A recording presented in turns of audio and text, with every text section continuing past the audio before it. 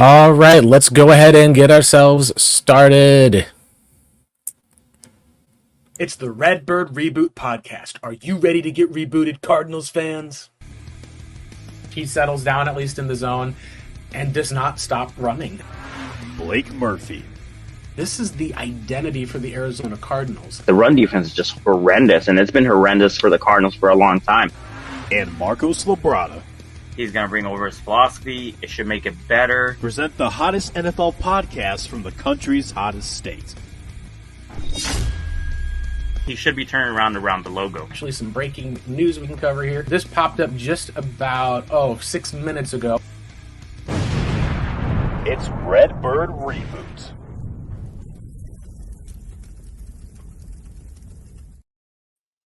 Hello, Arizona Cardinals fans. Welcome into the Redbird Reboot podcast. I'm Blake Murphy on Twitter at BlakeMurphy7. You've got Marcus Sobrado down there. And joining us to talk about the Cardinals as we are on the cusp of football.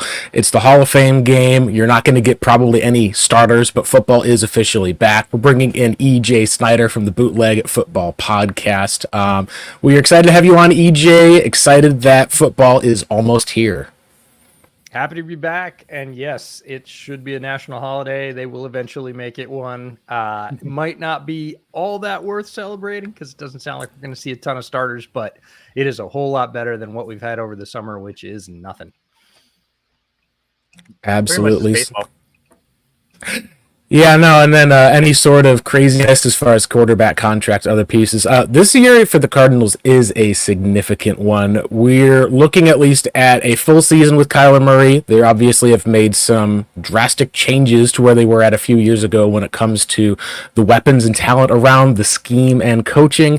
And unlike last year, they may actually have some, bodies at defensive tackle to see if they can stop the run a bit, but we wanted to kind of kick it off and at least start just with looking at with the Cardinals coming in from the 2022 season. You're probably talking about an all-time low. Like, it felt like every single day there was something terrible in the news happening. There was always, of course, the Kyler struggle back and forth. In reviewing the 2023 Cardinals, the first year with Monty and Jonathan Gannon, you guys were pretty effusive in your praise as far as just seeing them take the next step forward. Is there anything that you can say as far as for what some specific reasons were for why, despite finishing with just 4 wins, you seem pretty high in Arizona moving forward? Is that just because of the Kyler Murray addition, or were there other things that we saw that really have you guys thinking the Cardinals could make a turnaround this year? Let's start with competence in both the front office and coaching. And that was not something synonymous with Cardinals football for a long time. Certainly not in the front office. That's pretty well chronicled. It was a turn in the right direction. They were starting at pretty much the bottom of the ladder in terms of the roster in the NFL, but Monty's first year, I think, showed a lot of positive returns. Gannon's first year as head coach, despite not having Kyler for the entire season, despite, again, not having a tremendous roster, both the coordinators showed, I think, movement that we hadn't seen, some creativity, and there was a sense that, hey, if you get some more players, they're on the right track for the first time in a long time, and that's really why we came away impressed. I think that's a great point. When it comes to Arizona and this team, we just don't get a lot of views, at least, of places out in the desert. There is a huge national perspective. Cardinals fans may call it East Coast bias. What does it come to when it talks about the fact that this is a Cardinals team that several people on the national front were saying, hey, you got to pay attention to them? It seemed like last year it was capped off with that surprise win over the Cowboys. Do you think that there's a chance that that's going to change some this year with the Cardinals? Because looking at their schedule, they obviously have a tough start in the NFC West. There's probably some easier games down the stretch, or maybe not easier, but at least you can look at rookie quarterbacks and say that there's at least a little bit more of a experience edge that you can give. Or is this going to be one of those places, I think, and Marcos, you can speak into some of this, where we've always felt like Arizona is a hidden gem as far as for where teams are, or maybe sleeping giant has been more appropriate. But a lot of their reputation has preceded them, and unfortunately, some of ownership in the previous regime have, I think, contributed to some of that in a negative fashion. I would like to Before I start out with everything, I would like to say, EJ Snyder, I'm so happy for your for the trajectory that the Bears have taken.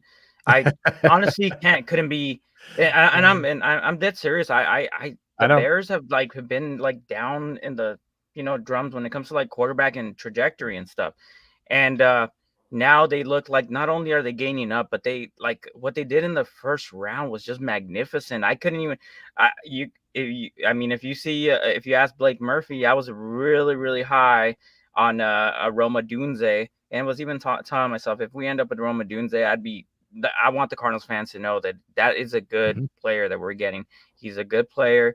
He's very physical.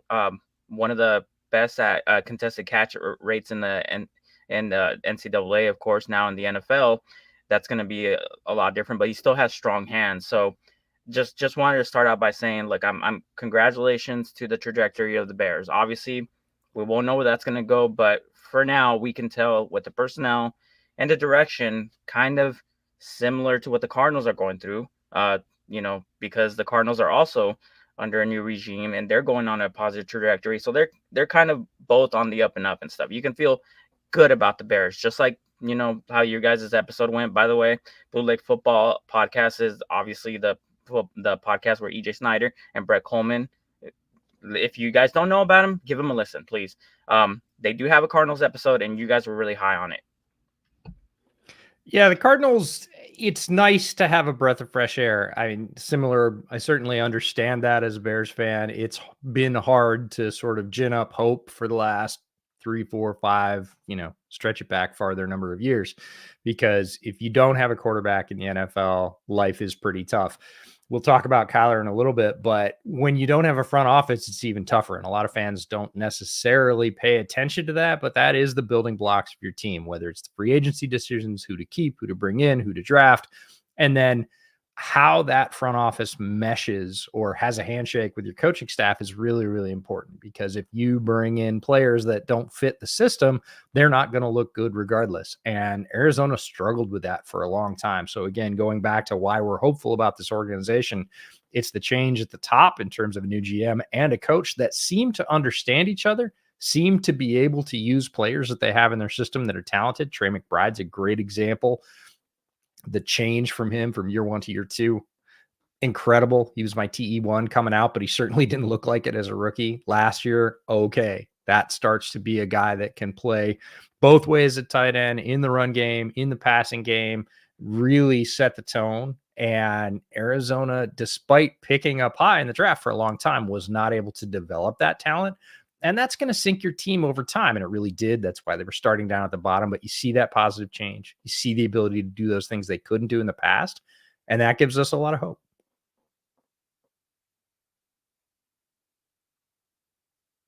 Oh, you're on mute.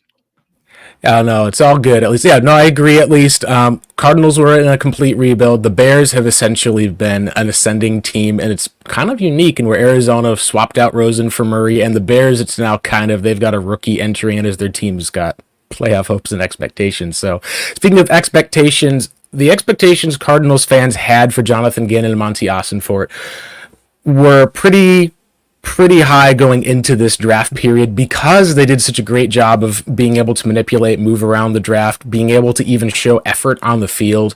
Despite that, the Cardinals were really having some gaping holes. They were terrible against the pass on the defensive side. Their pass rush, I believe, had 1 sack over the last 6 weeks, and it was Justin Field running out of bounds against the Cardinals. So they really were in a spot where people wondered, could they go and try to move back, get one of those pass rushers? Did they need to get another offensive lineman? They addressed it in an interesting way, but a lot of that did seem like it started with, ultimately, you had to go with the foundation of having a general manager with a vision for multiple years, and then having a head coach who's not just able to execute that vision, but take care of the day-to-day and game-to-game features, at least. What do you feel like as far as been the biggest breath of fresh air from Monty and Gannon versus some of the previous regime? And then Marcos and I, we may have some of our own perspectives. I'm curious to see how that will line up with why you feel like it feels like there's hope in the desert, maybe at a higher level than since the Bruce Arians years.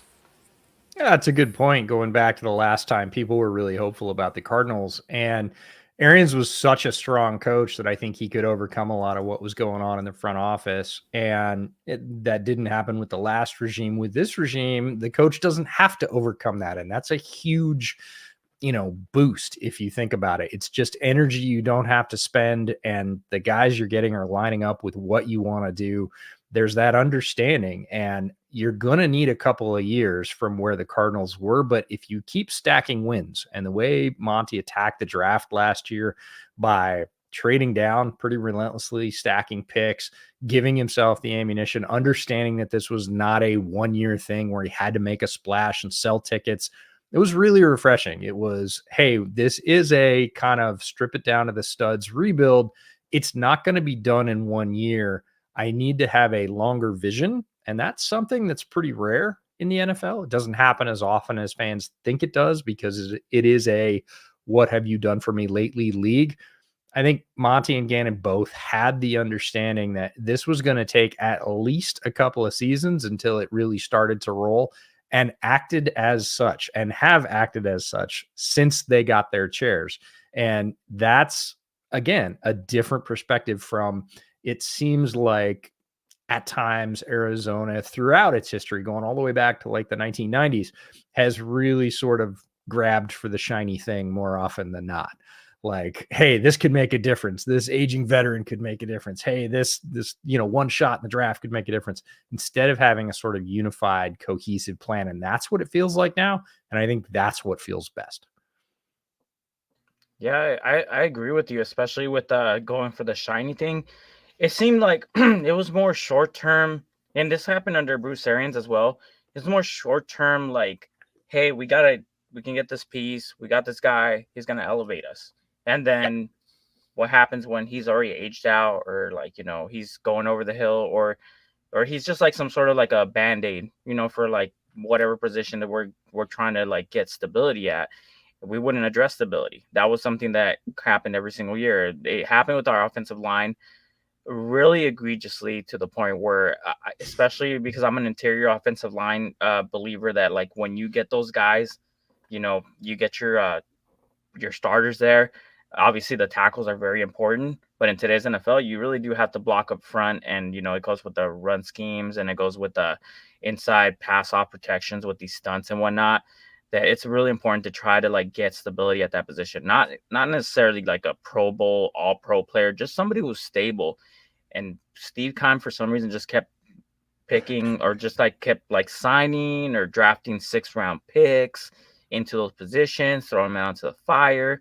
And then Monty Ossenfort can't fix every position, but like we're still in the position where like sometimes we have some coin toss about who's going to play, at the guard position, or who's going to play at the center position, because we can't get any stability there. Yeah, it's difficult. What you said about in the modern NFL, how important interior offensive line play is. Quarterbacks hate pressure up the middle. All quarterbacks. Doesn't really matter who they are, whether they're Hall of Famers, tall quarterbacks, short quarterbacks, mobile quarterbacks. It doesn't matter. Pressure up the middle arrives the quickest. Like, it is the shortest line between 2 points. And when you have interior pressure that arrives within a second and a half, no play is going to withstand that. After that, you're really on to plan B. And if your quarterback can create and make a play off of that, great, but your offense is off schedule. So having that strong interior trio is really, really important. I think we're seeing the importance of that with the guard market being reset, free agency, the amount of money those guys are getting, extensions, guys like Quinn Miners, right up at the top of the league in terms of salary. People are starting to get it that, yep, tackles are important, always have been, still are, but you can't just patch together your interior offensive line and end up with a happy quarterback. And look, every NFL team wants a happy quarterback. Yeah, I think we can talk about some of those scheme areas, especially with how the Cardinals under Drew Petzing are building. But I did want to at least bring up one of the areas that was somewhat mentioned, at least on your podcast preview for the Cards. But that was with Cardinals owner Michael Bidwill.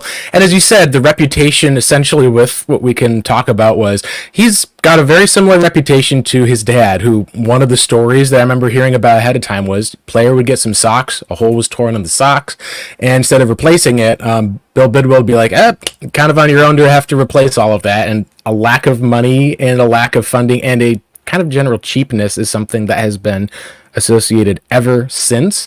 And we've kind of seen some areas that have played out as well, where you look at the pantheon of NFL owners. What we kind of talk about with the ideal owner is kind of a lose-lose situation, because if you're a good owner, it usually means you get no credit, you get no praise. You're essentially just enabling other people to get all of the glory for the most part.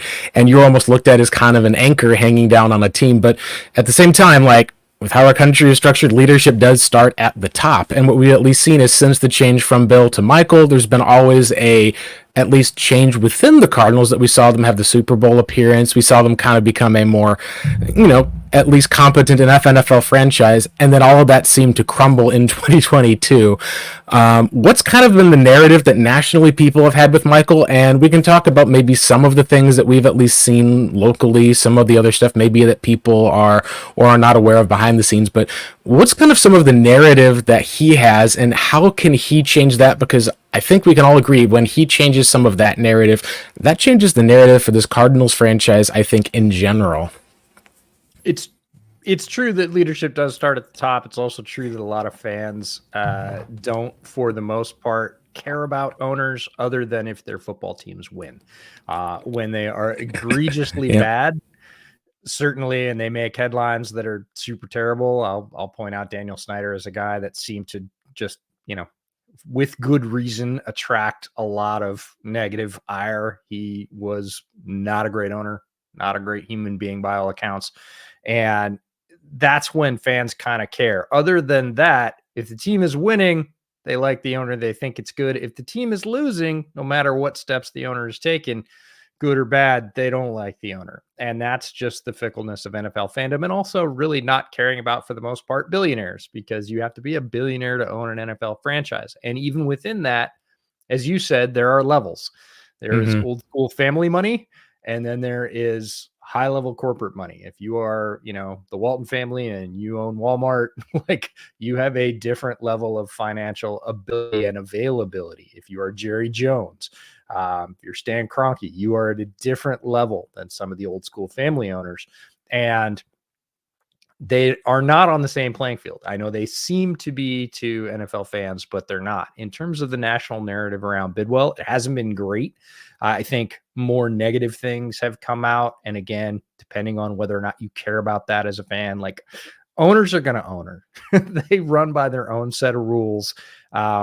It's their game, and we're all just watching it. And until you sort of come to that acceptance and realization, like, they employ the commissioner. It's not the other way around. Roger Goodell does not run the owners run Roger Goodell. So for the most part, I think what you said, Blake, at the opening is important.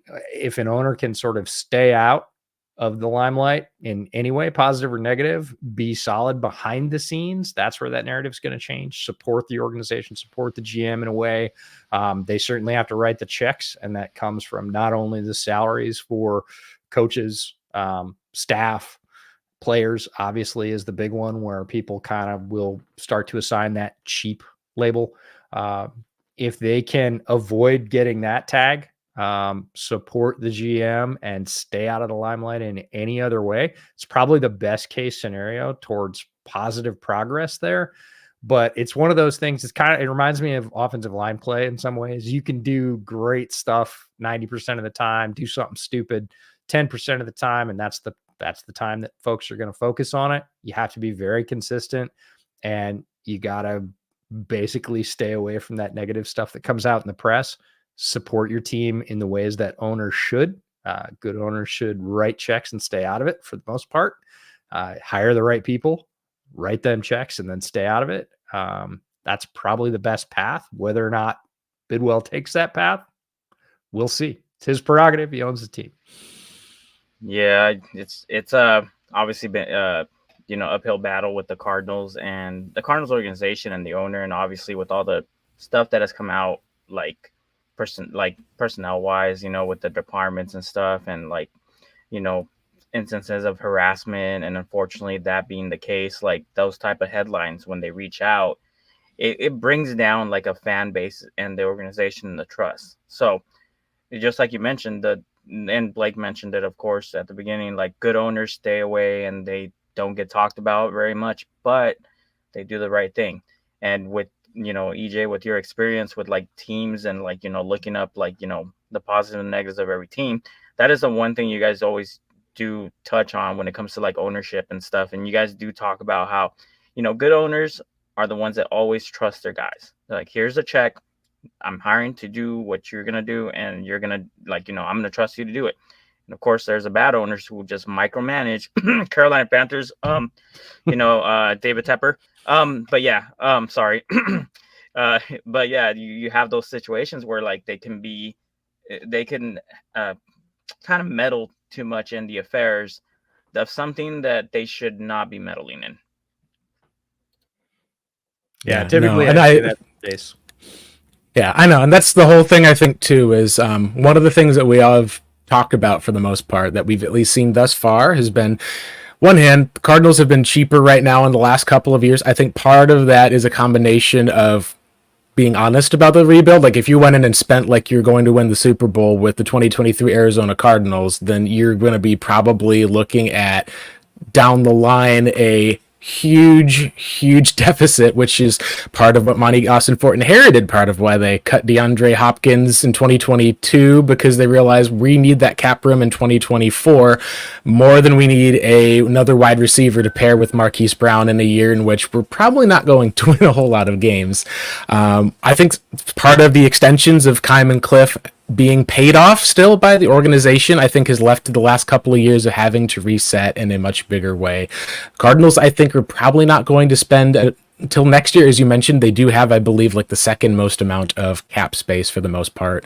And we have seen at least areas of some guys who have changed and some other places where it does feel like a lot of this has gone from kind of the Michael Bidwill Keim team and the coaches working with or against that to at least feeling like that the organization is taking shape with Monty and Gannon in a way that is positive. So what a lot of that will center on, of course, though, is you can make all of those changes and it still will not matter unless your quarterback is playing up to par with some of the other top quarterbacks in the NFL. And the last few years, we've had people questioning and arguing, like, is Kyler Murray the guy? Did they make a mistake paying him? There were mock drafts galore entering 2023 that had the Cardinals with the first pick taking Caleb Williams and then taking a Marvin Harrison Jr. with the second pick. It's almost been like with Kyler under a new regime, we've seen at least areas he paid for all the guys to go to UCLA. We've seen kind of a lot of those steps where he was doing those all in the past. Like we would hear a lot of good things about it, but we also would hear behind the scenes, like he would not have a good, a very good, I think you could say, opinion of some of the Cardinals leadership, maybe some of even the coaching staff for the most part. He's in a very critical year, but at the same time, a lot of Cardinals fans have looked at the Tua Tagovailoa contracts, the Jordan Love contracts, have kind of seen what Kyler was working with for the most part and seen maybe some of the limitations of a shorter quarterback, like you said, with interior offensive line. And now a lot of people are going, wow, like if he comes out and is able to get Arizona to the playoffs, it suddenly feels like he's operating on a good contract, which I think shows some of just the, not I would say narrative changing on the Arizona Cardinals in general, but Kyler and that personal narrative potentially changing as well. So I think the question for you is, what is it that Kyler has to show to be like the guy in a lot of ways? Because most national media, for the most part, we're still seeing articles where people are going, you got 10 NFC quarterbacks. Kyler's probably number 10 on that list for the most part. And we're like, well, that feels unique to say that Baker Mayfield's probably got a longer shot, but maybe we're just delusional as Cardinals fans for the most part about what we have. What is it that you think will put things beyond a shadow of a doubt for Kyler this season? I don't know that there is anything that's going to put it beyond a shadow of a doubt, because there are always doubts about quarterbacks, but the term "the guy" gets thrown around a lot. Everybody wants the guy. And if we're going, technically just off the language, the guy means there's only one. Not everybody can have the guy. And in reality, probably 4, maybe 5 teams in the league, certainly only 2 to 3 teams probably per conference have the guy that is unquestionably the starter, the leader, the guy you won't move off of. And a bunch of other teams, that leaves even lots of playoff teams, have the guy for now. And Kyler is the guy for now. If the wheels don't fall off in Arizona, they're going to keep rolling with him in the near term. You talked about the contract, and as time goes by in the NFL, contracts look better. That's just how it goes. You get more guys signing more recently for bigger money. The salary cap keeps going up, and suddenly the guy that signed 2 or 3 years ago seems plenty reasonable because everything has moved around him. In terms of Kyler as being the guy for now and moving on, as you said, lots of, pre-draft narratives around the Cardinals or preseason narratives around the Cardinals had them moving on from him, going from good, which Kyler is. I think Kyler is a good quarterback, to great, which is more the guy status, what everybody lusts after, the Patrick Mahomes and the Josh Allens of the world, is a really tough upgrade in the NFL. It's expensive and it's really risky. And if you miss, you don't just stay in the same place. You can fall off a cliff.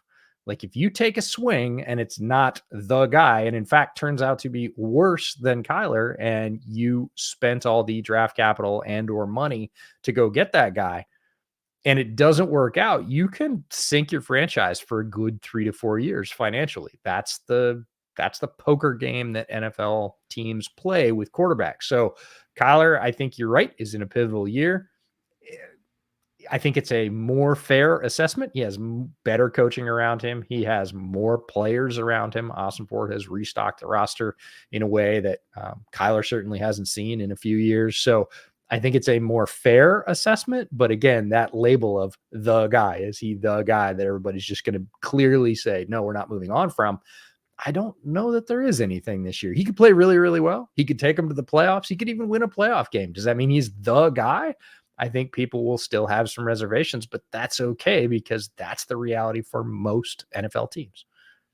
Yeah, and it's unfortunate. Someone like a Jalen Hurts, makes the Super Bowl and then comes up short against the Patrick Mahomes and gets bashed for it. You're like, brothers, come on, this is something that every team is aspiring to for the most part. Yeah, so and he was injured, totally. But again, I talked about recency earlier in the podcast. That's the case with Jalen Hurts. 2 years ago, Jalen Hurts, great. Last year, he was injured, didn't play well. You can make excuses or not. The bottom line is didn't play well. And people were heaping on him. They were ready to chuck him out of Philadelphia. And, as an outside observer, you're like, what are you doing? Do you realize how hard a guy like that is to get? Now, is he the guy? A lot of people were convinced he was 2 years ago. And then again, last year, that he wasn't. So is he or isn't he? The reality is he's probably closer to Kyler. I would take Hurts before I would take Kyler, but it's close. They're in the same conversation, and they're both good players that you can win with. So are they going to succeed when they come up against NFL super weapons like Mahomes and Allen? Not a lot of people are. Those quarterbacks are extremely rare. Yeah. Just like you mentioned. And one thing I wanted to add about Jalen Hurts is you guys covered this as well. The offense was Jesus Christ, it was not only stagnant, but they were in the shotgun more than even the Cardinals were. Yeah. And the Cardinals are known for being a shotgun heavy scheme. So just going out there and saying we're going to out talent you guys is not enough. And scheme does make a big difference. So for those Philadelphia fans who are ready to give up on Hurts, I would say, hey, it's not just him. Come on, man. It has to do with the scheme. If you guys look at the scheme, it's like a high school based scheme. That's what Brett Coleman, quoting him about it. And they made it work. That was what was cool about it too. Yeah, and they went where they went with it. That's the amazing part. It wasn't just like that on offense. It was on defense as well.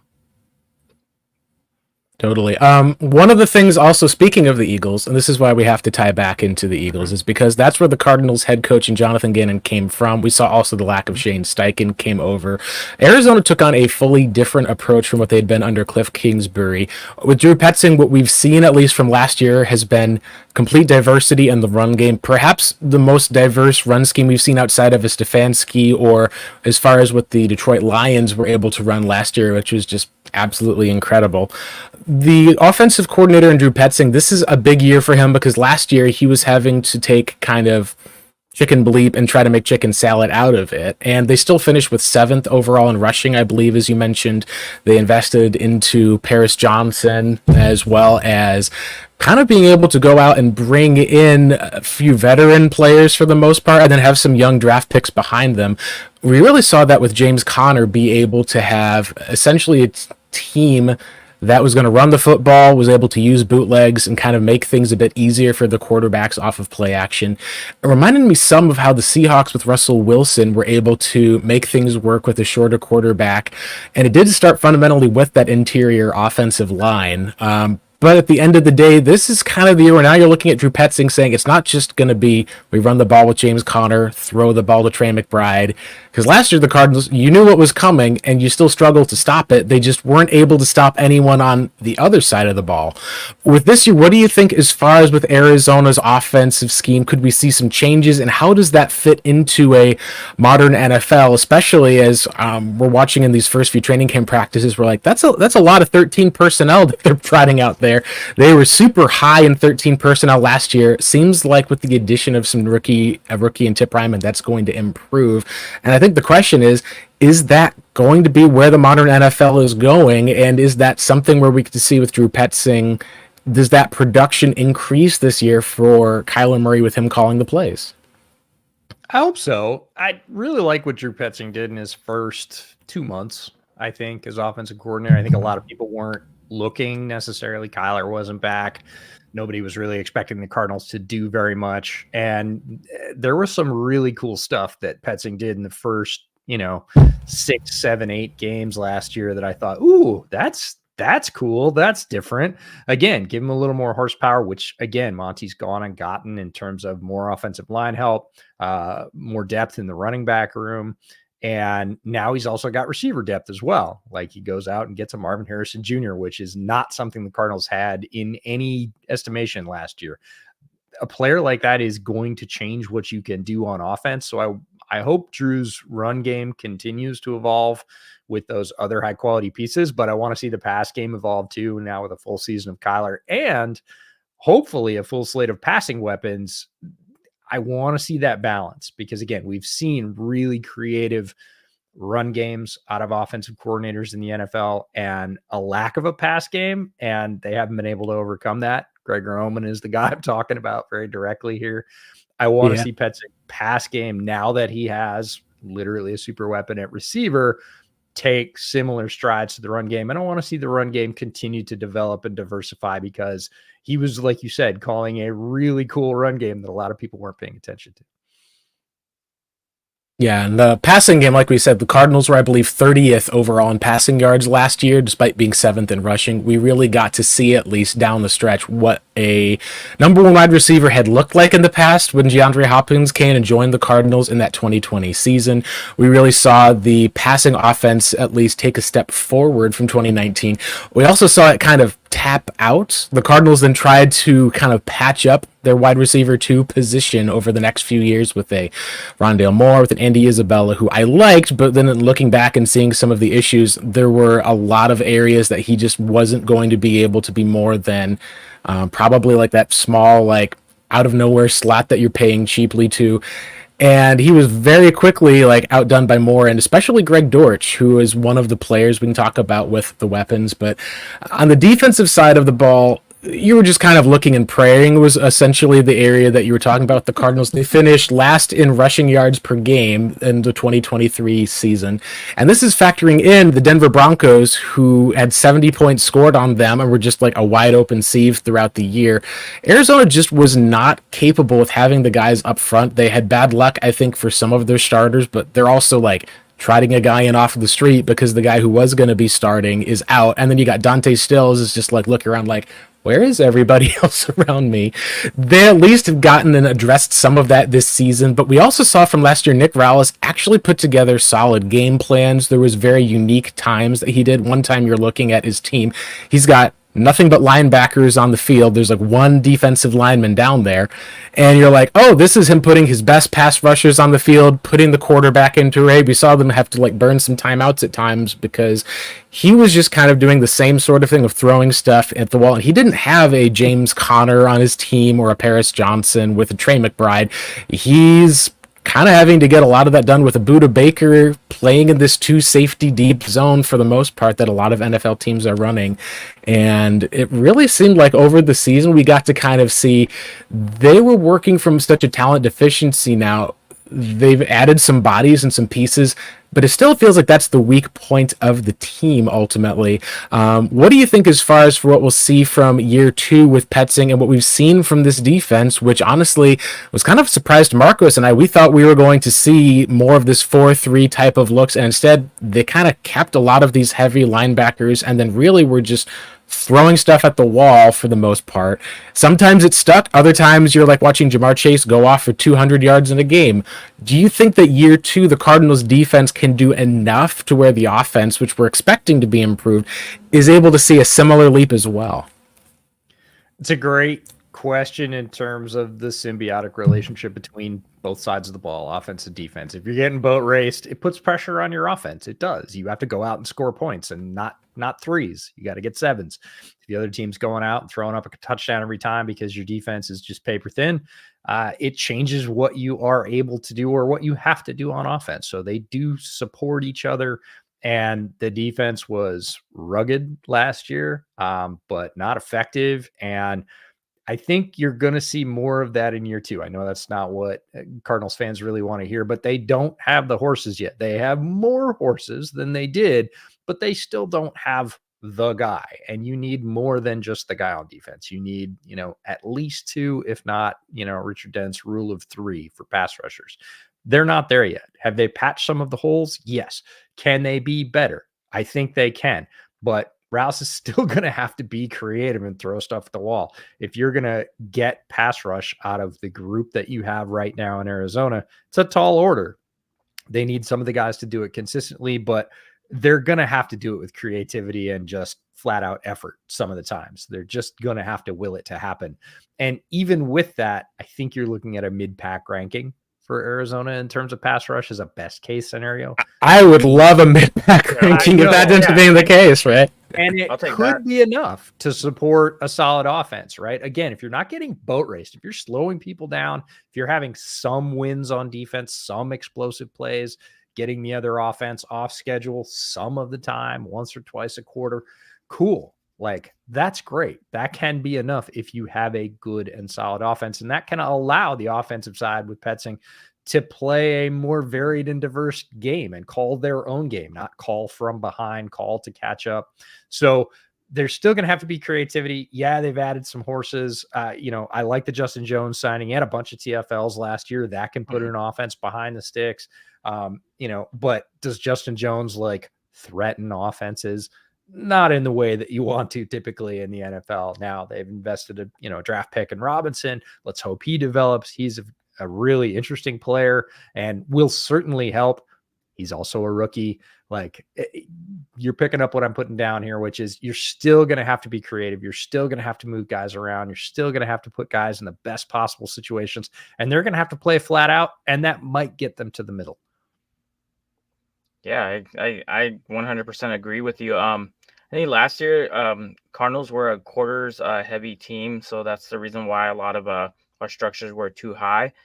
There's been plenty of talks about whether Buda Baker is going to remain on this team, and obviously we drafted DTD the Rabbit this year, and I wanted to see what your take is on what trajectory is Buda Baker heading to with the Cardinals? Is it going to be a situation where it looks like he may be being replaced in this defense, being the heart of the defense for so long, but also the fact that they haven't addressed the contract? What do you feel about that? Yeah, there's a lot there.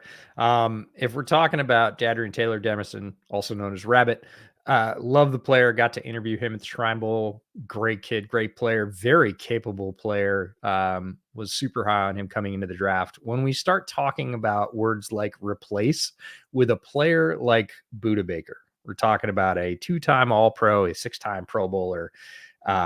Let's give Rabbit a chance to breathe. He's a rookie. He can be very good for a rookie and still not be anywhere near the conversation of replacing a guy like Buda Baker, who's been successful for a long time at a high level. I think Rabbit can be a very good player in the NFL. I think he will be a pretty good player as a rookie. Is that a replacement for a player like Baker, especially one that was used all over the defense to do everything from pass rushing to tight end coverage to deep third stuff with quarters? he has all those abilities. Are they all going to come together in rookie season at that level? I doubt it.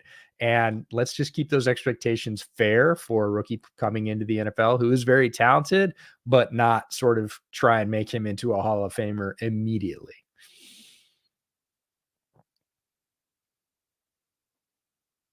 Hey, you're on mute, Blake.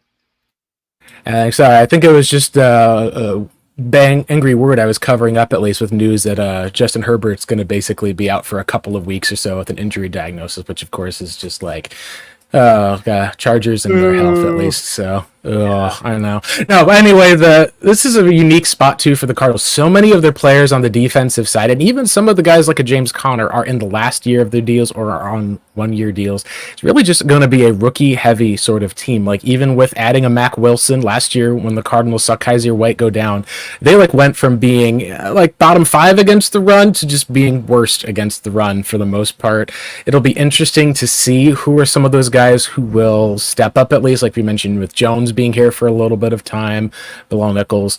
The biggest one I think for Cardinals fans is looking at these corners, and then also at Darius Robinson. Can he and some of the flashes we saw from last year ultimately with Dante Stills be able to make up enough of a pass rush? But this is essentially going to be a team where, like Marcos is saying, if you're looking at some of these veteran players near the end moving on, you're wanting some of these rookies to be able to step up. The biggest area overall, some of those guys don't have to necessarily step up this year. It's going to be more next year. I think that you're looking at like what does a Rabbit do for the most part if Budda Baker is able to get that last big deal from another team?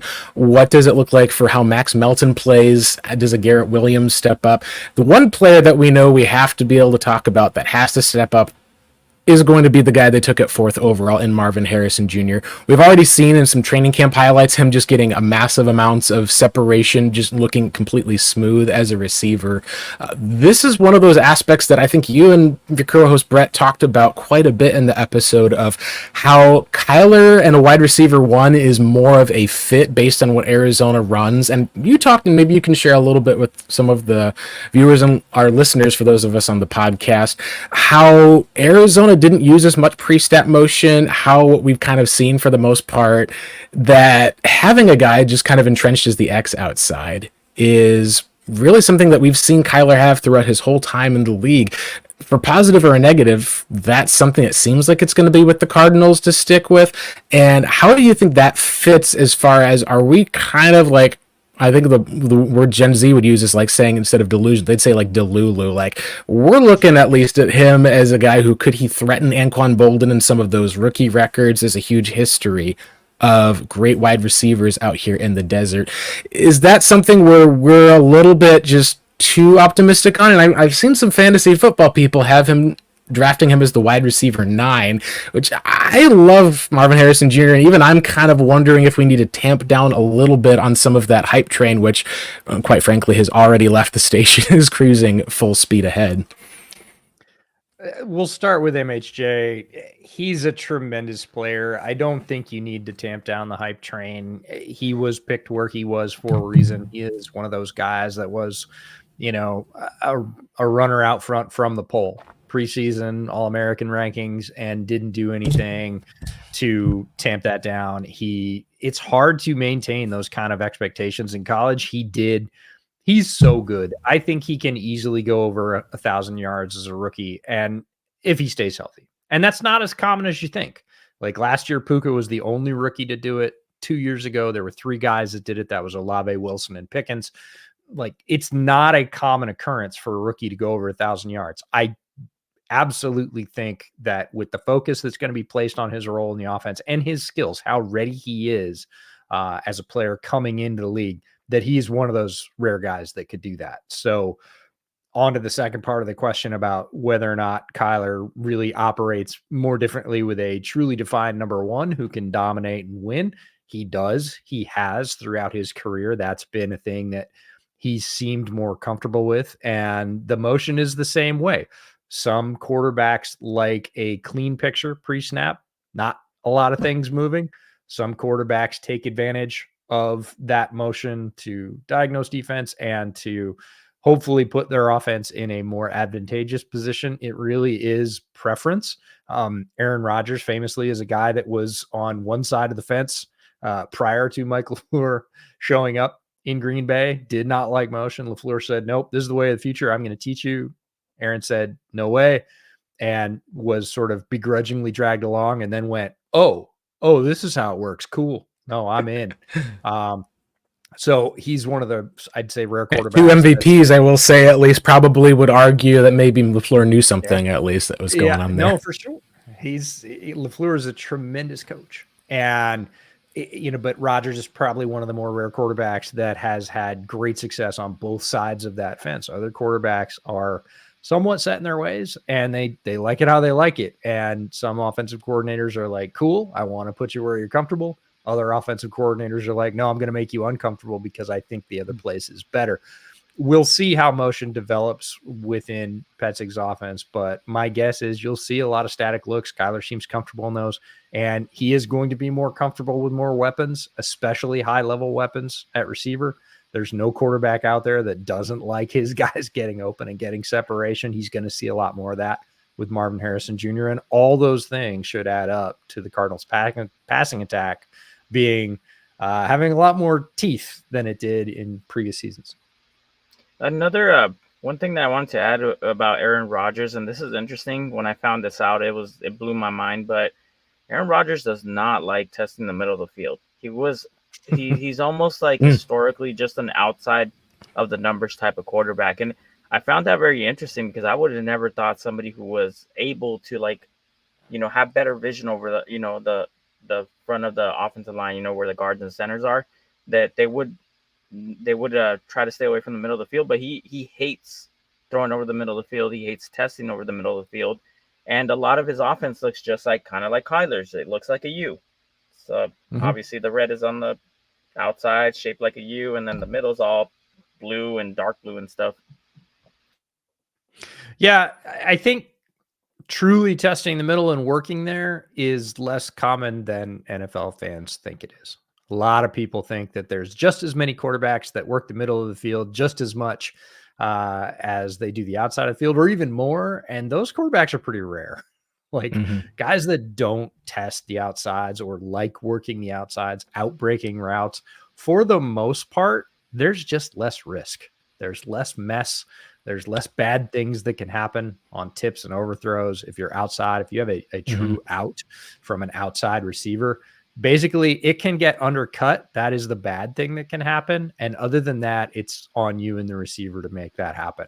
Across the middle, there's a lot more variables. That could be pass rush, guys getting their hands up in your field of view, late droppers, all kinds of fun defensive tricks that make the middle muddy. That's what they're trying to do.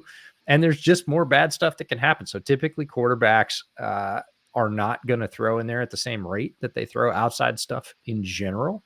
And they're not going to be as comfortable doing it. And when you see guys that fit tight window balls in over the middle consistently, just know that you're not seeing something that's really common, and your quarterback is probably not going to do that.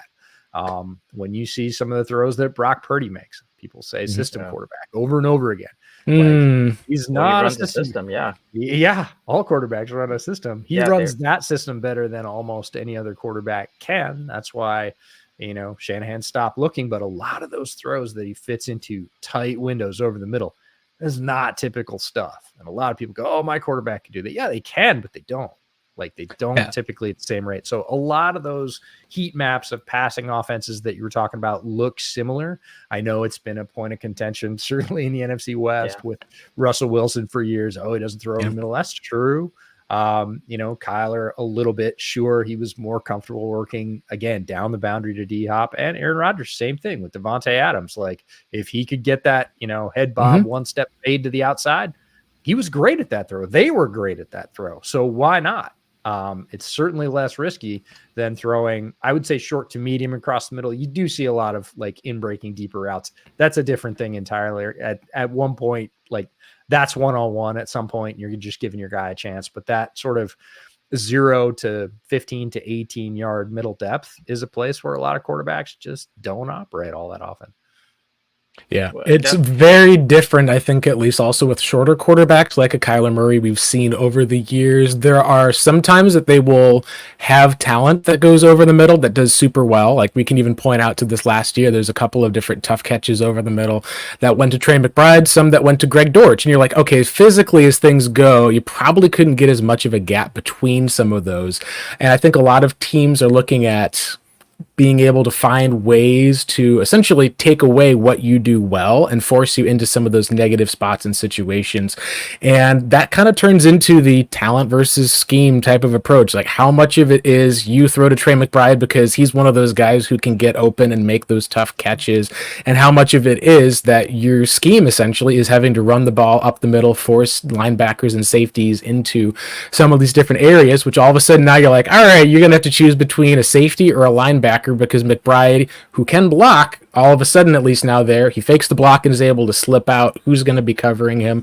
These are all things that I think it's easy for us to go with one or the other, when in the NFL, it's kind of a hodgepodge combination. And like I think we talked about before the show, why you just can't really get to learn everything there is as a NFL fan who loves diving in. Even as a player, as a coach, it just gets very complex. And I think what we've seen with this Cardinals team is the ability to have a lot more complexity because of some of that talent upgrade is something I think that we're expecting this year, and potentially some sustainability behind some of it too, which we'll talk about some of the offensive rookies here in a second. But it is definitely a place where I think it is a give and take when it comes to the league and how things work. And even with talent disparity, like Devontae Adams did not stay forever in Green Bay, and maybe if he was still there, Aaron Rodgers maybe still is like wanting to hang out there a little more versus heading to a team in New York who's been so thirsty for getting to the playoffs after so long.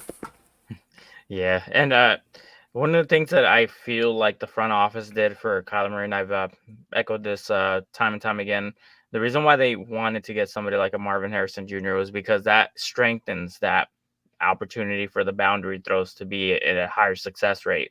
We saw last year. Did you pay attention to Michael Wilson, EJ Snyder, this past year? Because there was a lot of throws that were like 50-50 balls type of throws where he was covered, but he still got the ball thrown to him. And it wasn't just with Kyler, it was with Josh Dobbs. The trust was there, and it was like, hey, I'm still throwing it to you, and you're not, quote unquote, which it's a question that been wanted to ask you, because you go to the combine and everything like that with the 50 with the 40-yard dash times. He's not a speedster. He's a physical guy, 6'2", but he has 4.5 speed. Many people will latch on to that 40 speed and say, this guy right here, he runs a 4.3, got to go in the first round. This guy has speed over the top. He'll, win over the top. And I've always been a person that has said, like, 4.5 speed is not slow when it comes to NFL terms, because everybody's fast in the NFL. And you're very seldomly going to use that 4.3 speed to get off the line and go over the top. You can on a post, on a obviously on a go route, but it's not often, because the cornerback's off the line of scrimmage. Maybe he's going to bump and, run with you and stuff. And sometimes these corners are just as fast as these wide receivers. So with that being said, I thought Michael Wilson was a good pick for someone like Kyler Murray. And I feel the same way with Marvin Harrison. I think the combination is the most important thing. I think Wilson was a good pick, is a good pick, is a good player. Health has been the question with him. The production on the field, even when he was in college, was not the question. His ability to win at multiple levels as a wide receiver was not really the question. And the piece of that's most important, the combination piece, is you need a guy like MHJ to set everybody else in the wide receiver room into their proper slot. If you're trying to force Wilson into being a true one, an alpha, an outside, ball winner in all situations, that's putting, I don't want to say a square peg in a round hole, because it's not that, but it's, there's some rough edges of his game that aren't there. Whereas you take a guy like Marvin Harrison Jr. with a very polished, very well-rounded, diverse, both physical skill set and game. And that's the rarity factor with MHJ, is that he has both. He has the physical ability and the technical aptitude. And you put him in that number one slot, everybody else sort of naturally slots in, right? Wilson becomes a very high level, I think, number 2, as long as he stays healthy. Dortch becomes a very dangerous number 3 who can play inside, play outside if you need him to. And, Trey McBride becomes probably either the second or third receiving option in that pecking order, which is where he should be. He shouldn't be the number 1 receiving option. It's very rare that you have a tight end that should be your go-to receiver no matter what. So again, you slot that guy in at the top and everybody else drops down a slot, and that puts them in better position. So it's where the sum is greater than all the parts together because you got that guy. But without that guy, everybody got ratcheted up a slot. They did the best they could. Some of them were very productive, but it's not the kind of diverse and complex threat that you want to a defense. And what MHJ's selection and eventual accession to that, number 1 wide receiver spot does is make that entire attack so much more dangerous. Agreed. Thinking of with weapons, at least, Cardinals fans, we've been having to kind of crow about Greg Dortch for a couple of years now, and I think some of that is because he's almost been at odds with some of the approach we've seen Monty Austin for. What does he do? Go out and get as far as addressing receiver after DeAndre Hopkins. Guys who were 6'2", Marvin, who measured in like 6'3", rounded up to 6'4" if you want to. And then you got like little 5'8" Greg Dortch, who's been like consistently out producing most of the guys whenever he would get an opportunity. And I think there's a slot receiver type of avenue that we don't really talk about as much in the NFL. We got to see it in late Larry Fitzgerald's career where he was operating out of the slot, where occasionally he'd move outside, but he would be in there for the strong pass blocking skills. It was kind of like, we would call it like the big slot, which is in some ways close to where a tight end is. There's also the small slot, which is recognizing you're not going to have as much press coverage. You're going to be able to have a bit more motion. And then when you're running up against man or zone, there's going to be more space for you to kind of run away from guys if you've got that 4.3 speed. And I think of the team building, I had to kind of correct myself. And I thought that being able to get a guy in Hollywood Brown who you could move him sometimes outside for the deep post routes, but operating out of the slot, I felt like that the speed gap could potentially make him able to do a few more things than a Christian Kirk. And part of the thing I think I missed on some of that was not just some of the injuries or the placement, but just they needed him to be that wide receiver 1 because they didn't have DeAndre Hopkins for 6 games. He then was out and hurt. He tried to make it through in the rest of the season, but he just did not have the capacity to be able to at least step up and be that kind of wide receiver 2 guy who would play his role to maximum effort. Now, if you're going to say Greg Dortch is wide receiver 1, then I've got some beachfront property in Arizona to sell you, of course.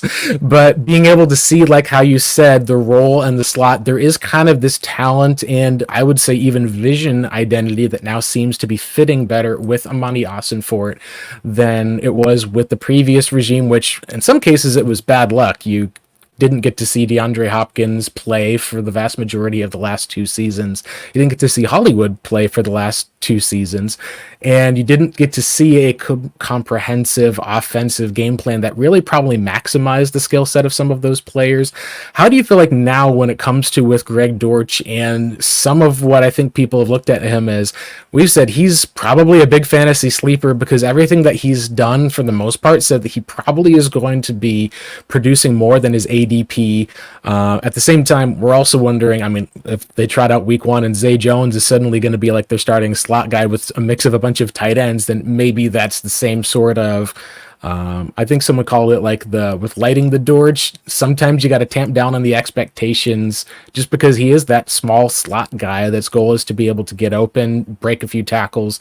How do you feel like that he could play into the rest of this offense? Because he's kind of going to be the guy behind a Marvin Harrison Jr., James Conner. You've got even with people talking about Michael Wilson showing up last season with 700 yards as a rookie at least, and he still missed like a huge, I think it was actually would have been 700 yards if he had played a healthy season, actually is what it was. I think he missed multiple games.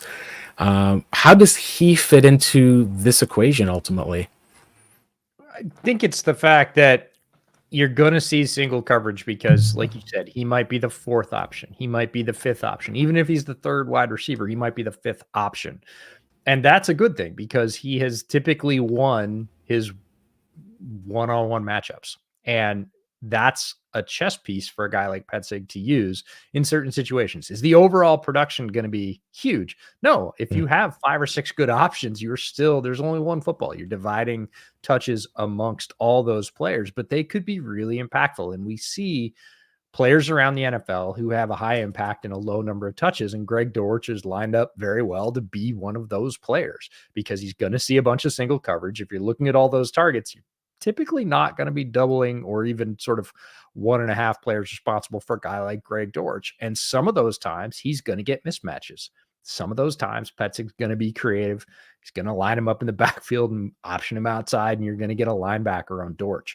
You don't want that. I don't care what linebacker you have. You don't want a linebacker covering Greg Dortch. So again, is it going to be 10 times a game? No, it's not. Might it be 3 or 4 once a quarter for a big play? Could be. And he's going to have those opportunities. And again, best indicator of the future is the past. And typically when he's had those opportunities in the past, he's won them. And that's a great sort of ace in the hole for a guy like Petzing to have as your 4th or 5th or maybe even 6th option on this team is a guy like Greg Dortch, who can win in high leverage situations and you can create mismatches with, because honestly, people are going to forget about him a little bit. Yeah. And even with some of those areas of mismatches, not like he's even mismatch dependent. Like one of the surprises that we had coming into camp, I think it was a few years ago, was seeing how consistently he would be able to beat man coverage or being able to like having a huge improvement in his route tree to where he was able to beat zone coverage and being able to read some of those places, being on the same page. It was very fun to be able to see. It was one of those more frustrating portions because, like you said, obviously in the NFL, you're going to be having guys who are the prime peak of human physical condition and just the opportunity for an undrafted free agent who's kind of on the roster bubble the last few years. It's something that I think we're hoping and anticipating that he can go out there and be able to kind of have that first guaranteed spot on the roster for the most part. Like the Cardinals brought in DJ Dallas as a running back to kind of take over some of that, I think, kickoff and return duties with special teams. But it's one of those areas of, like you said, it does feel like they've kind of got every box checked on that receiving core now, if Marvin can produce as a rookie. One area that has, I think, been underrated for Arizona has been how James Conner, for whatever reason, he just seems to keep getting slept on in terms of fantasy, where he's always seemingly outproduced like every single year. Even with missing time last year, we saw Amari DiMercado and that run game be able to, it was still missing, obviously, the impact of a James Conner, but we saw this combination of scheme and talent, and into that mix, you're tossing in a Trey Benson now, 3rd-round pick, who was your running back one, also was my running back one for the Cardinals, and for the 2023 NFL draft. It's going to be interesting, I think, to see this year because I don't think that people are as strong on Michael Carter as perhaps they should be, and he had a solid finish to this season. It does seem like we've seen a lot of people expecting this.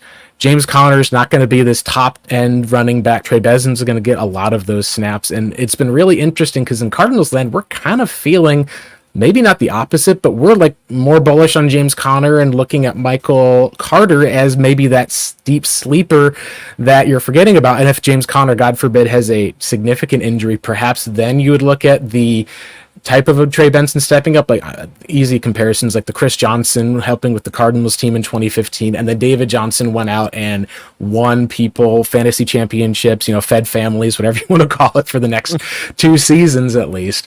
A lot of Cardinals fans, I think, have been sleeping on how necessary having that top-notch starting running back who's got vision, explosiveness, and how important that is to their team, and how unfortunately the NFL does just hit down those players where every so often a James Conner who keeps hitting, at some point that's going to fall off where he doesn't hit back, but that point doesn't seem to be happening just yet. I'm very curious how you feel like that area plays out, especially as the Cardinals have been a run-heavy team, and they're going to double down on that with more 13 personnel, drafting more guards and tight ends. They are going to be running the ball a lot more this year. It's not even counting Kyler Murray designed rushes, which I think we will see more of as well heading into this year.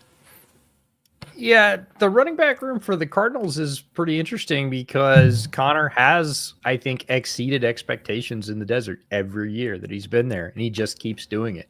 It's very, very consistent. One of my favorite players to watch for that reason is that people always seem to forget about the fact he's with the Cardinals, forget about the fact that he's been productive, and find reasons to want to write him off, and he keeps sort of not writing back, to quote Geno Smith.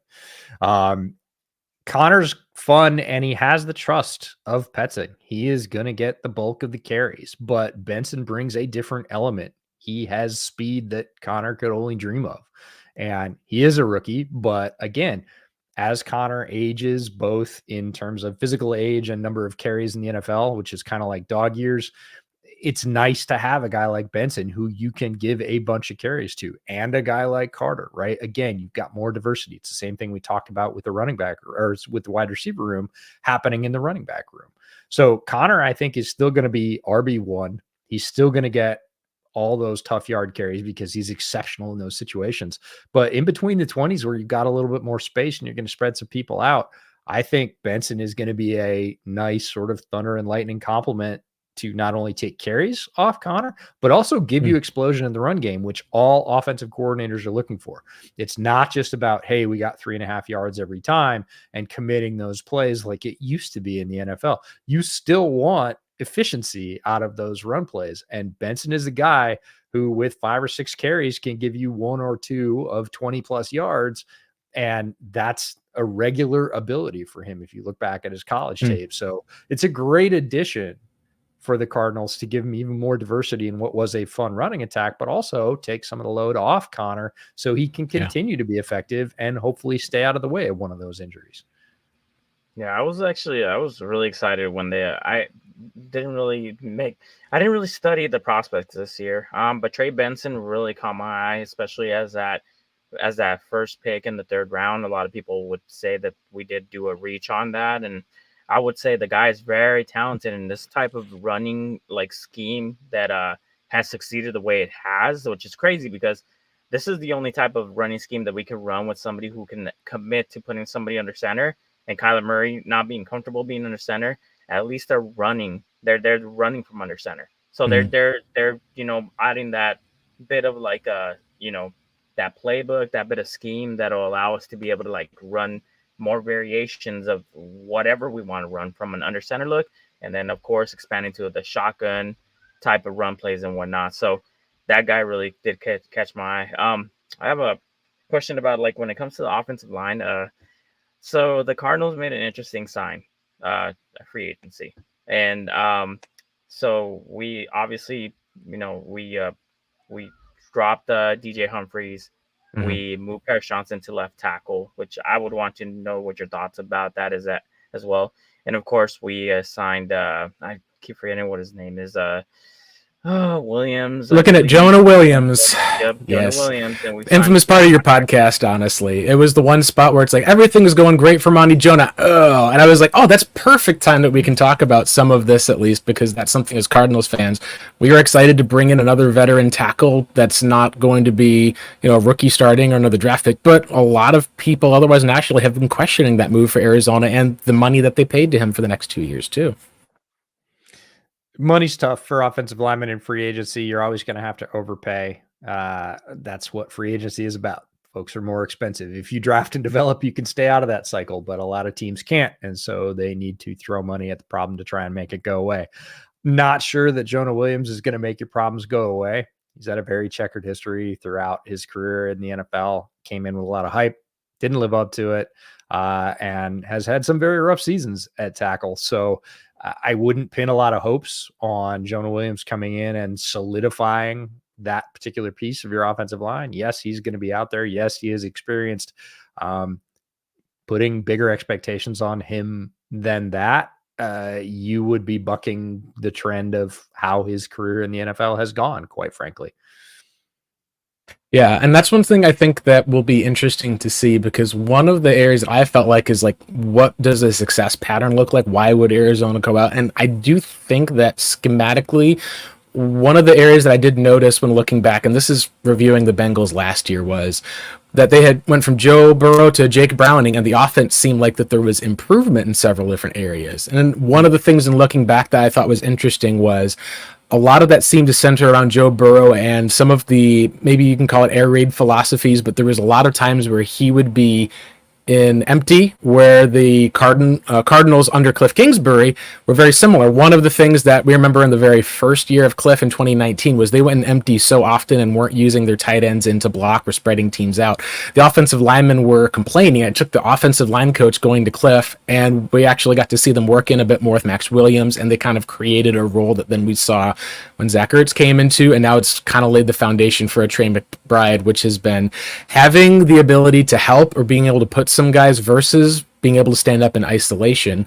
It's the same thing goes for receivers as well. We were able to see at least some of those guys were put into those difficult spots to have to win one-on-one. There was a huge gap between when they trusted DeAndre Hopkins to win in those situations and then Hollywood Brown to have to win in some of those situations. There just was a difference.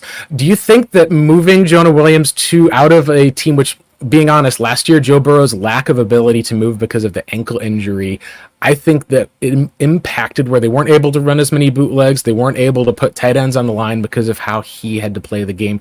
Do you think that could actually make a success route where maybe it's not going to be like this huge career rejuvenation, but it's not going to be like this, we're entering into year 2 and the players like going to be cut or like moaning about some of the ways? Because I do think there's a path to success where you have a run-heavy team that allows Jonah to be able to not just have to focus on winning some of those one-on-one pass rush reps, having a quarterback in Kyler who, as we've been able to see, has the ability to kind of scramble, move forward out of pressure in a way that Joe Burrow just wasn't able to do last year, along with some of these cheat areas as far as motion and bootleg, because that is the one spot that I was curious about. Was after watching the Bengals the last few years, it didn't feel like Jonah Williams did himself any favors, but the situation he was in compared to Arizona didn't do him favors either. It made things really, really tough on their offensive linemen there in Cincinnati.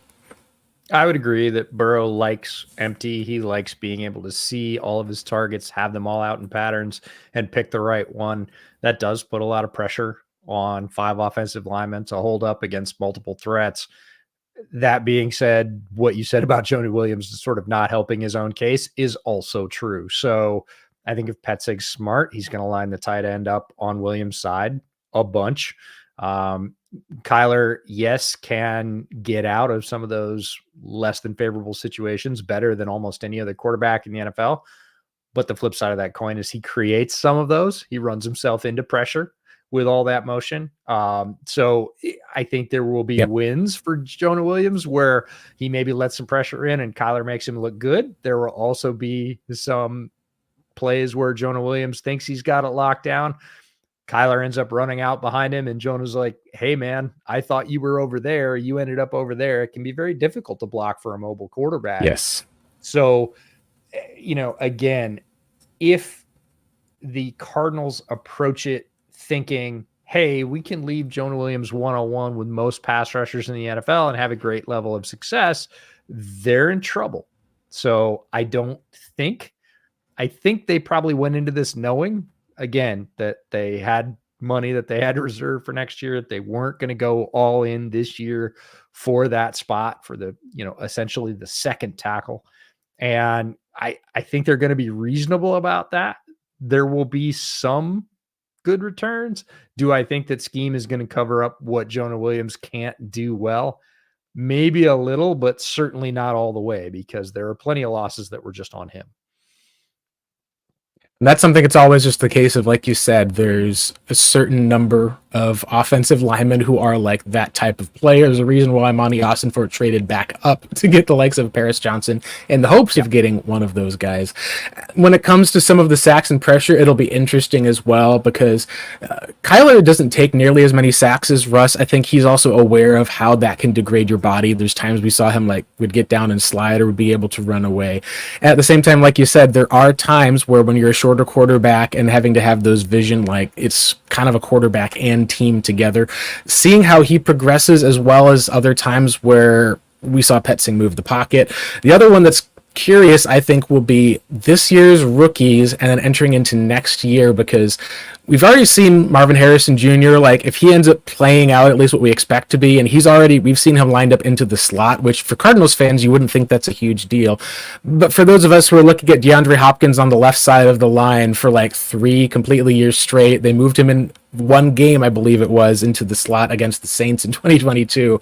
It's kind of like a big deal for us to see that guy who can win at multiple different levels, finding those mismatches.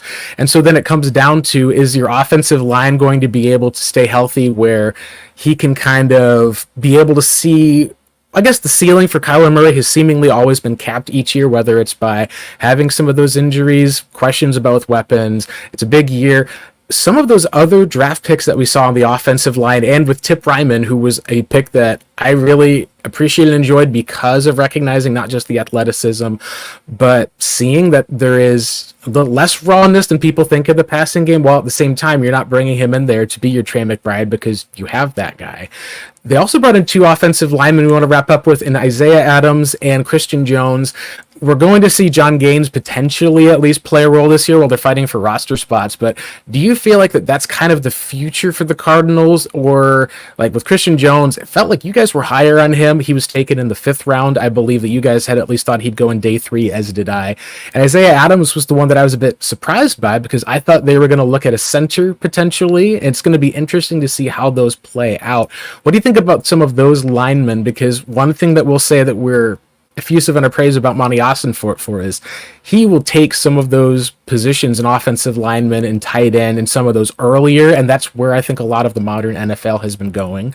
Cardinals had not drafted a tight end, I should say, before day 3 since 1999. I think it was, if not, and then go back to when did they take one even like earlier than one of those rounds for round 3. I had to go back to 1990. I was like not born when the Cardinals had drafted a tight end as early as Trey McBride. Like that's kind of ridiculous to think about for the most part. And it was Rob Hausler was the other one, I think, taken in round 3 of 2011. Oh, so they're investing heavily into tight end, offensive line. And I think that it is one of those areas that the vision and how it all works together, I think, is the strongest thing for the Cardinals moving forward. I'm curious, do you think that this is one of those spots where the Monty Austinfort vision of draft these guys, maybe bring them in year 2, see a Will Hernandez leave, maybe a Christian Jones is kind of your guy to take over as a swing for a Calvin Beachum, maybe even step up as a Jonah Williams if you can develop him? What do you feel like about some of just what we're seeing with those draft picks and this investment into the offensive line that the previous regime just kind of trusted veterans for? I think it's one of the most important things when we're talking about Monty to say how important it was to trade down and get all those picks, because he realizes that he's not going to hit. The best evaluators realize they're not going to hit all the time.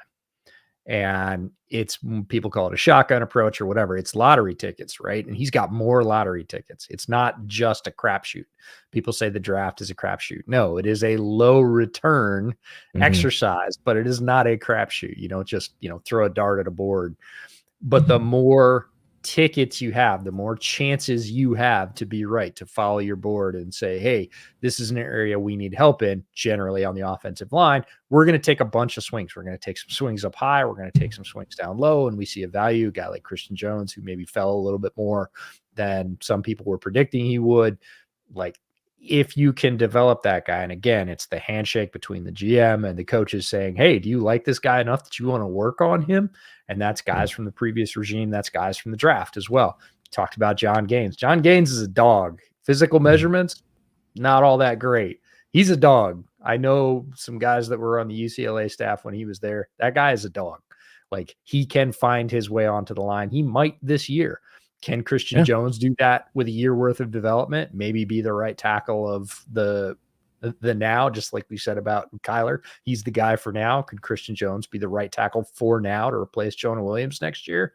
He could be. I think he's got that level of skill for sure. Isaiah Adams was a little bit early for me. I was not as high on him as some other folks were. Does that make me, dislike it? No, that makes me go, okay, Monty, you see it differently than I do. That happens quite often. And it wasn't you didn't put all your eggs in one basket. It wasn't the only swing you took. You took a bunch of other swings. So if that doesn't work out, if I turn out to be right and he was not as good a player, that's okay. You've insulated yourself from that. If you turn out to be right and he turns out to be a better player and worthy of that pick, great. You win either way, but you're not beholden to your vision. One of the things you said before we got on, Blake, was the old regime in Arizona was very invested in being right about their guys.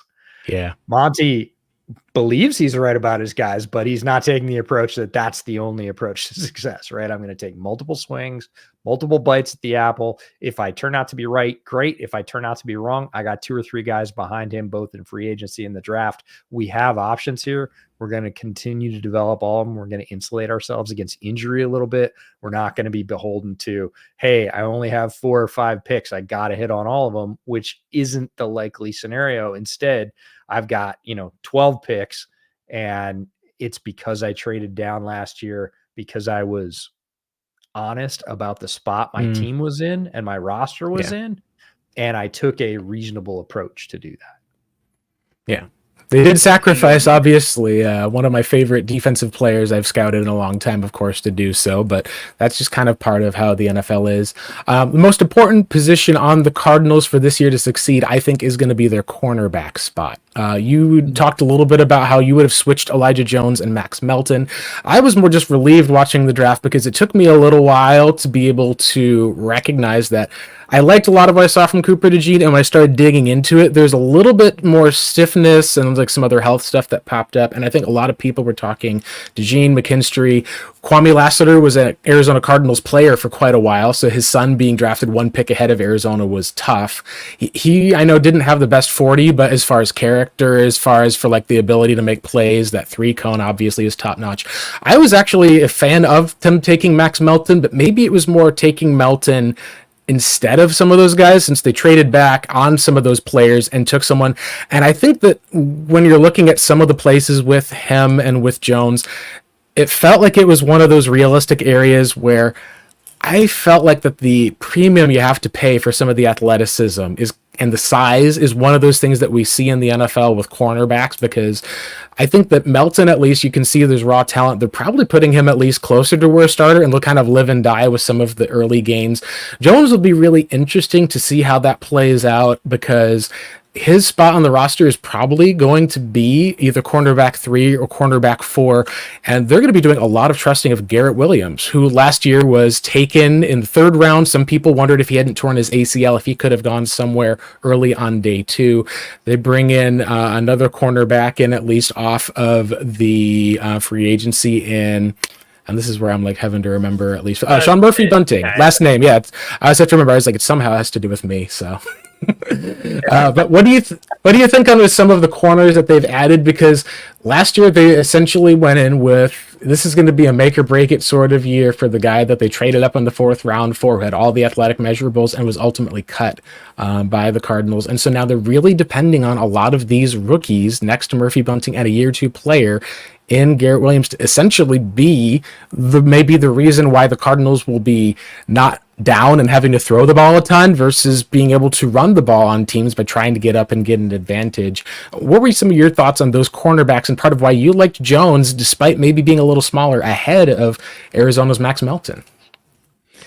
Yeah, that's an interesting one, but I want to talk about Garrett Williams first. I really like Garrett Williams. It'll be really interesting to me to see how many of those mental reps he was able to take in his first year will sort of shorten that, we'll just call it rookie learning curve when he gets on the field. It's always a little bit different on the field than it is in the meeting room. He has all the physical talent in the world. He's got great size. It's how fast he adapts to the speed and, quite frankly, the load. There's a lot of load being out there as a starting NFL corner, because when you blow it, it can be a big gain or a touchdown pretty often. And that's a lot of responsibility for a young player to take. So we'll see how he adapts to all that. You got to have, a good attitude and a short memory to be a great corner. He's got all the physical skills to go with that. So I really like Garrett Williams. I think he's primed to be able to do that. We'll have to see whether or not he does. Elijah Jones is weird to me. He was tremendously successful at Boston College, and that was against some of the best receivers in this draft. He played in a primary conference. He had good competition every week. He shut a lot of those guys down. His measurables from the combine were very good. He had great tape, good measurables, high level of competition. There's something going on there. I don't know what it is. I still don't know. I couldn't get an answer out of folks as to why people weren't talking about him more. There's got to be something, but I don't know what it is. I think he has all the skills in the world and could be a starter for the Cardinals if they sort of unlock that in the very near future. He has that kind of ability on tape. So we'll see about the rest of it. Max Melton, great athlete, big hitter, very active, not a great tackler. Had a tremendously high missed tackle rate. And again, in a high leverage position like corner, if you miss those tackles, it can be the difference between, a 3 or 5 yard gain and a 25 or 30 yard gain. And that is a big difference to have on an offense. So I typically am down on cornerbacks who are not great tacklers. Can he be a great tackler? Yeah, he has some great tackles on tape. I know people will get in the comments on this and say, oh, here's a great, yeah, over the course of his career, if you look at his missed tackle rates, way above 20%, which is not great. If you're missing basically one tackle out of every 4, that's concerning to me. That's to the level, even as a cornerback, that rises up and sort of puts a red flag on it for me. In terms of physical ability, look, I was laying down at the end of the long jump, taking like field level video of the guys long jumping at the combine. When he was long jumping, he just about stepped on my face, and I was way the heck back there. He went over 11 feet. It's one of the first guys in that group to go over 11 feet. And it was like, okay, that's different. And when you see it from that close up, like, he has all the athletic gifts you could possibly ask for. He's going to have to put together some consistency in the tackling area. Other than that, can he play press? Absolutely. Can he play off and trail? Does he have that level of speed and twitch? He does. He's got all the tools, and some of his reps look great, but some of his reps don't look great. And that consistency is going to have to come up. And again, as every rookie entering the NFL, the level of competition is going to go up. So those mistakes are going to get magnified. It can get very tough on rookie cornerbacks because of that. Definitely. I know one of the things we talked about for years was Patrick Peterson's tackling. And we're like, you don't have to tackle most of the time, but a lot of people were wondering if he'd move to safety. And even when we saw him move some to safety, it wasn't a very long experiment in that regard. And because, like you said, tackling is a huge piece of all of that. I'm with you, EJ. I would have switched. I was also talking about how I would have switched Jones for Melton as well. It's mostly because just not the physical traits themselves are like, obviously the base, the tools, everything that makes a great cornerback go. But it's also, you also got to go with the technique as well and stuff. And I see Melton as raw, but very toolsy, somebody who has a really high ceiling. So I see him higher ceiling than Elijah Jones, but I trust Elijah Jones more. Yeah, I would agree. And I think it's potentially a higher ceiling than some of those other guys, depending on injury. He got through with a pretty good clean bill of health. So, EJ, I appreciate your time. You guys were looking at the highs and the lows, the ceiling and the floor for the Cardinals, at least. I believe that you were not quite willing to go up to double-digit wins, and then we all kind of agreed that the floor is still probably an improvement over last year as far as with 6 wins. I think it could be a little closer between 7 because of some of the factors I think will come in as later in the season. I think that the running game for Arizona, I think, is going to be something that makes a big impact, because when injuries hit, like, you've at least looked at, there's more depth on the line, there's running backs, like, you actually have a guy behind James Conner. I think that against teams that's going to maybe lose a few defensive tackles, that may be able to make up for a little bit of that floor potentially. The question is, can the Cardinals hit the ceiling that fans are expecting, which right now is to challenge for the playoffs and hopefully be able to take a look at what's a weaker than the AFC NFC and seeing if they can get a playoff berth. How do you feel like as far as what the season could go for the Arizona Cardinals, and where do you think that they will land? How it could go and where they will land, probably two different discussions. Exactly. Could they win a playoff game? They could. The Giants won a playoff game 2 years ago, and I think this team, with where it's positioned, coaching and talent, could hit that level. I think they are that good of a team. They need a lot of green lights in our parlance. They need a lot of things to go right for them and to go the right way. They need the offense to continue to progress. They need the rookies to hit. They need a line to hold up. They also need to be able to manufacture some type of pass rush. And if those things go well, yes, this team has enough pieces to win a playoff game. Do I think that's likely or the most likely outcome?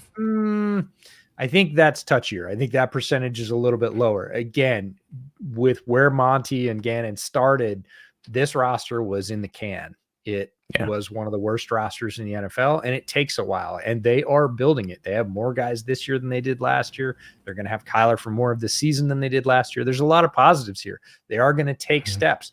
they're also in a very tough division. Seattle is going to be incredibly tough this year. We all know what the Niners have done over the last 3 years. And the Rams took, like apparently 6 games to rebuild and be back to being a power in the NFC.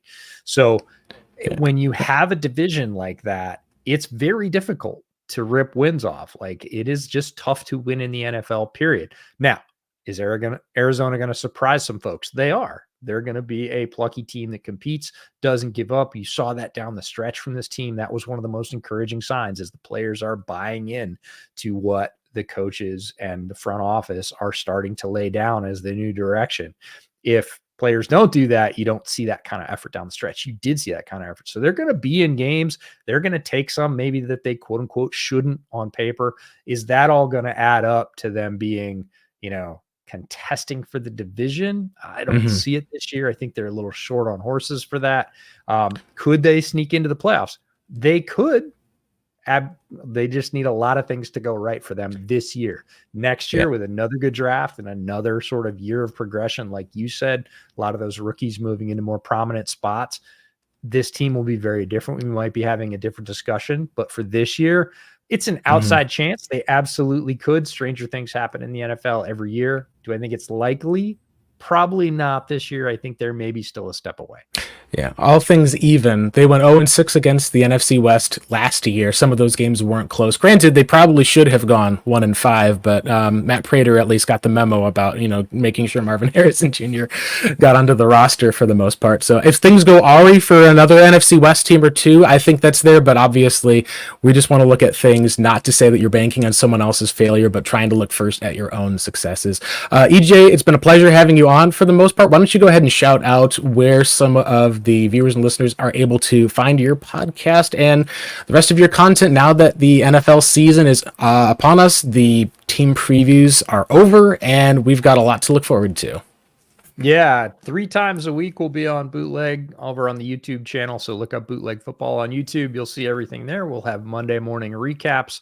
We will have Thursday night live streams for all the TNF games. And then we will have our one sort of edited pod looking forward to the next week's games that comes out on Friday. So 3 times a week you can find us on YouTube over on the Bootleg Football channel.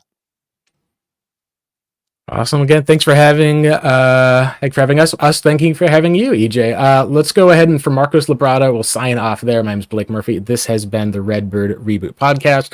Hey, Cardinals fans, the reboot for this Cardinals team is over. The season is just ahead.